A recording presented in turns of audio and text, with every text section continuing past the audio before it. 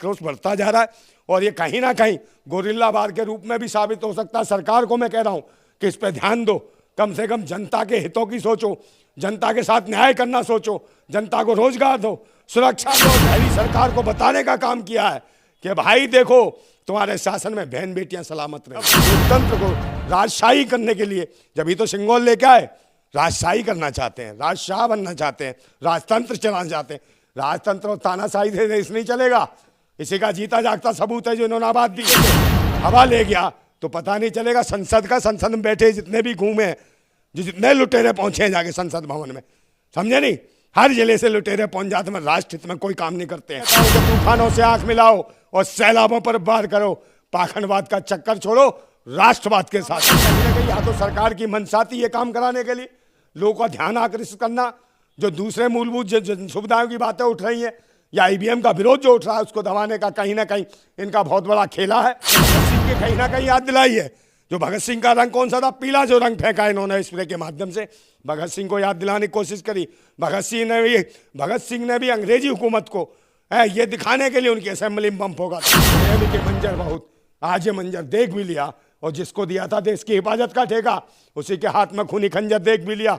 वही आदमी है जो दिन पे दिन जात धर्म मजहब के नाम पे कत्लेआम हो रहा है, मॉब लिंचिंग हो रही है। ये सरकार चू तक नहीं करता, बम बांध के भी पूछ सकता है कल।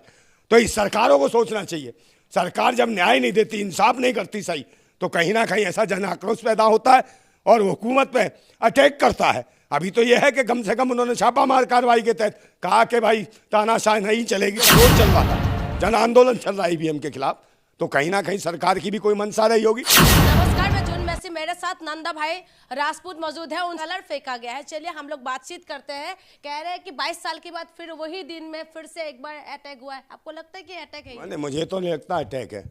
ये कहीं ना कहीं सरकार की आंखें खोलने के लिए एक छापामार कार्रवाई के तहत प्रदर्शन है और जन आक्रोश है, समझे नहीं। इस जन आक्रोश को और बढ़ता जाएगा अगर ये सरकार तानाशाही करेगी तो। जैसा कि उन्होंने नारे लगाए, उन युवाओं ने अंदर घुस के नारे लगाए कि तानाशाही नहीं चलेगी, तानाशाही नहीं चलेगी।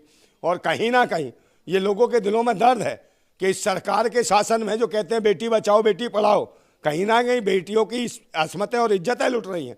इनके शासन में बहन बेटियों को निर्वस्त्र घुमाया जाता है, उनके गुप्तांगों को छेड़ा जाता है, समझे, उनके गुप्तांगों को काटा जाता है और उनका सामूहिक रूप से बलात्कार होता है। एक सेना के पूर्व सैनिक की पत्नी का निर्वस्त्र कर घुमाना और उसका बलात्कार करना सामूहिक रूप से किसके? भारतीय जनता पार्टी के शासन में। तो कहीं ना कहीं जन आक्रोश है। और जैसे जैसे ईवीएम के मामला चल रहा था, ईवीएम के विरोध चल रहा था, जन आंदोलन चल रहा है ईवीएम के खिलाफ, तो कहीं ना कहीं सरकार की भी कोई मंशा रही होगी। हो सकता है सरकार ने खुली चुनौती दी हो, इनको खुला मौका दिया हो, नहीं तो चप्पे चप्पे में तो इनकी सुरक्षा एजेंसियां हैं, फिर ये लोग कैसे अंदर घुस गए संसद भवन में? इसका मतलब सरकार की भी कोई मंशा रही होगी कि ईवीएम जो आंदोलन, जो लोग ईवीएम के खिलाफ जो आवाजें उठा रहे हैं उसको कहीं ना कहीं बंद करने के लिए एक नया टूल दे दो कि संसद भवन में हमला हो गया, ये हो गया। अरे हमला नहीं हुआ, वो आपको सोई हुई सरकार को जगाने का काम किया है, सोई हुई सरकार को उठाने का काम किया है, इस गूंगी और बहरी सरकार को बताने का काम किया है कि भाई देखो तुम्हारे शासन में बहन बेटियां सलामत नहीं है, अज्जतें और अस्मतें सलामत नहीं है उनकी बहन बेटियों की। और कहीं ना कहीं शिक्षा, स्वास्थ्य, रोजगार, सुरक्षा जैसी चीजें धत्ता बना दी हैं तुमने। महंगाई चरम सीमा पे है, देश को बेच रहे हो, देश के सरकारी संस्थानों को बेच रहे हो, किसानों की लागत मेहनत का दाम नहीं मिल रहा, किसान 850 किसान आत्महत्या कर लेता है और सेना के पूर्व सैनिक 80 लाख पूर्व सैनिक बन पेंशन मांग मांग के थक गए हैं, वो आत्महत्या कर रहे हैं। तरीका है क्या पार्लियामेंट के अंदर चले जाए और इस तरीके से कलर फेंकने लगे? अरे कहीं मैडम ये तो वहां बम नहीं फेंके, भगत सिंह कोई भूल गई क्या? किस रंग का कलर फेंका इन्होंने? विरोध मेरे विरोध का नहीं है, गोरिल्ला वार, समझे। और छापामार कार्रवाई के तहत प्रदर्शन होते हैं ऐसे। आप जाइए, क्रांति जब भी होती है तो ऐसी चीजों से होती है। जब तानाशाह हुकूमतें होती हैं तो क्रांति करने के लिए रोज लोग मर रहे हैं। उन्होंने कहा यहाँ मर जाएंगे मगर आवाज उठा के जाएंगे। तो ऐसी स्थितियां, जब बहन बेटियों की इज्जतें लुट जाएंगी, किसी की बहन बेटी को न्याय नहीं मिलेगा तो क्या करेगा आदमी? स्वयं बम बांध के भी कूद सकता है कल। तो इस सरकारों को सोचना चाहिए, सरकार जब न्याय नहीं देती, इंसाफ नहीं करती सही, तो कहीं ना कहीं ऐसा जन आक्रोश पैदा होता है और हुकूमत पे अटैक करता है। अभी तो यह है कि कम से कम उन्होंने छापामार कार्रवाई के तहत कहा कि भाई तानाशाही नहीं चलेगी, तानाशाही नहीं चलेगी सरकार की। मणिपुर की बहन बेटियों को न्याय दो, शिक्षा, स्वास्थ्य, रोजगार की बात करो, सुरक्षा की बात करो, देश के ऊपर जो महंगाई का जो एक फांसी का फंदा लटक रहा है, इससे बचाओ देश को। मगर नहीं कर रहे तो भगत सिंह के कहीं ना कहीं याद दिलाई है। जो भगत सिंह का रंग कौन सा था? पीला जो रंग फेंका इन्होंने स्प्रे के माध्यम से, भगत सिंह को याद दिलाने की कोशिश करी। भगत सिंह ने भी अंग्रेजी हुकूमत को ये दिखाने के लिए उनकी असेंबली में बम फोड़ा था, और वो भी नहीं चाहते थे कि किसी की हत्या करें। वो सिर्फ सरकार की, अंग्रेजी हुकूमत के कान और आंखें दोनों खोलना चाहते थे कि भारतवासियों को आज़ादी चाहिए, संपूर्ण आज़ादी चाहिए, हमारी भी अभिव्यक्ति की आज़ादी है। यही काम आज हुआ। जो अभिव्यक्ति की आज़ादी पर जो लगाम लगाई जा रही है, आप जाओ जंतर मंतर पर, वहाँ धरना नहीं करने दिया जाता, वहाँ नहीं करने देते, वहाँ रेसलर महिला खिलाड़ियों को कूटा जाता है, उनका ये शोषण होता है, यौन शोषण, उसको न्याय नहीं मिलता। बहन बेटियों की इज्जत लूटी जाती है, बिना पोस्टमार्टम के आग लगा दी जाती है, उनको न्याय नहीं मिलता। तो ये जन आक्रोश बढ़ता जा रहा है, और ये कहीं ना कहीं गोरिल्ला वार के रूप में भी साबित हो सकता है। सरकार को मैं कह रहा हूँ कि इस पर ध्यान दो, कम से कम जनता के हितों की सोचो, जनता के साथ न्याय करना सोचो, जनता को रोजगार दो, सुरक्षा दो, शिक्षा दो, स्वास्थ्य सेवाएं दो, ताकि वो कुछ आगे कर सके। महंगाई पे कंट्रोल करो, और ये तानाशाही नहीं चलेगी। ईवीएम हटाओ और देश बचाओ। ईवीएम को बचाना चाहते हैं। सांसद लोग भी बैठे हुए थे, किसी को कुछ नुकसान हो जाते हैं, कितना बड़ा एक कांड हो गया, सुरक्षा में इतना बड़ी चूक, किसको मानते हैं, किसकी गलती है? गलती सुनने में तो ये भी आया कि पार्लियामेंट के अंदर एक पेन भी लेके नहीं जा सकते जो भी विजिटर होता है, तो इतना कैसे चूक? देखिए, सरकार की मर्जी है, सरकार की मर्जी हुई इसमें। तो जब सुरक्षा एजेंसियां इतनी तेज है, चाक चौबंद है, गृह मंत्री कौन है? हमारे चाणक्य अमित शाह। प्रधानमंत्री कौन है? विश्वगुरु नरेंद्र मोदी। तो विश्वगुरु और चाणक्य कुछ नहीं कर पाए, उनको कुछ नहीं दिखा, जबकि उनका भाई इतने स्क्रीनिंग मशीन लगी है कि आदमी शरीर के अंदर भी कुछ छुपा के ले जाएगा, पता चल जाएगा। और इनको ये नहीं पता चला स्प्रे लेके आया है बंदा, कुछ भी नहीं कर पाए।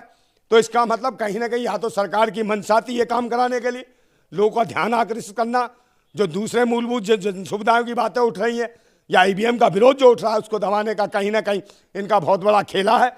और ईवीएम तो हटानी पड़ेगी, जन आक्रोश है। दूसरे नाम बहन बेटियों, जो मणिपुर की बहन बेटियों के साथ जो गलत किया, उनको न्याय देने की बात करनी पड़ेगी। उनके दोषियों को फांसी के फंदे पर चढ़ाया नहीं जाएगा तब तक ऐसा जन आक्रोश मुझे लगता है पूरे देश में कहीं ना कहीं दिखाई देगा। ये संसद ही क्या, देश की न जाने कितनी असेंबलियों में कुछ होगा। इसके जिम्मेदार कौन है? भारत सरकार है। ये वही सरकार है जब जनता के हित के काम नहीं करती और जनता को मारा पीटा जाता है, उसको गुलाम बनाया जाता है। और जब लोकतंत्र को राजशाही करने के लिए, जब ही तो सिंगोल लेके आए, राजशाही करना चाहते हैं, राजशाह बनना चाहते हैं, राजतंत्र चलाना चाहते हैं। राजतंत्र और तानाशाही से देश नहीं चलेगा। इसी का जीता जागता सबूत है जो इन्होंने आबाद दी। बेरहमी के मंजर बहुत, आज ये मंजर देख भी लिया, और जिसको दिया था देश की हिफाजत का ठेका, उसी के हाथ में खूनी खंजर देख भी लिया। वही आदमी है जो दिन पे दिन जात धर्म मजहब के नाम पे कत्लेआम हो रहा है, मॉब लिंचिंग हो रही है। ये सरकार चू तक नहीं करती। तो फिर मैं ये कहता हूं कि वो गुलाम बड़े बुज़दिल हैं जो कहते हैं क्रांति बड़ी मुश्किल है, और क्रांति हर मुश्किल को आसान बना देती है। तानाशाह कितना भी मजबूत हो उसे खाक में मिला देती है। ये समय आ गया है तानाशाह हुकूमतों के लिए। और हम कहते हैं कि मैंने सुने थे, इसी का मतलब है कि जन आक्रोश है, सेना के जवानों का जन आक्रोश है, किसानों का आक्रोश है, महिलाओं का आक्रोश है, बहन बेटियों का आक्रोश है, और जो महंगाई में तड़प रहे मजदूर और गरीब है, मजलूम लोग हैं, उनका जन आक्रोश है। अगर जन आक्रोश कहीं पूरी तरीके से हवा ले गया तो पता नहीं चलेगा। संसद में बैठे जितने भी घूमे हैं, जो जितने लुटेरे पहुंचे हैं जाके संसद भवन में, समझे नहीं, हर जिले से लुटेरे पहुंच जाते हैं। राष्ट्र हित में कोई काम नहीं करते हैं, देश देख रहे हैं, गद्दार है देश के लिए ही। तो कहीं ना कहीं 2001 में जो हुआ था अटैक, तभी बीजेपी सरकार थे और अभी भी बीजेपी है। देखिए भाई, तो मैं कह रहा हूं ये इनका खेल है, ये सरकारों का खेल है।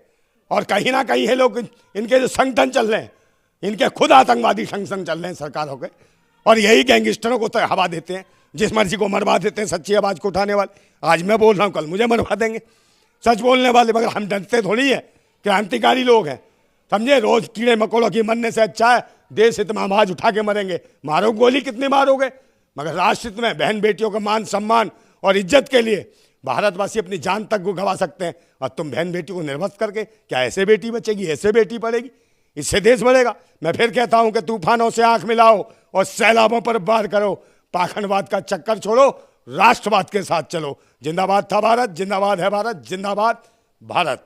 बहुत बहुत धन्यवाद। ये थे हमारे साथ नंदा भाई। इस वीडियो के बारे में आपका क्या राय है, हमें कमेंट करके बता सकते हैं। बहुत बहुत शुक्रिया।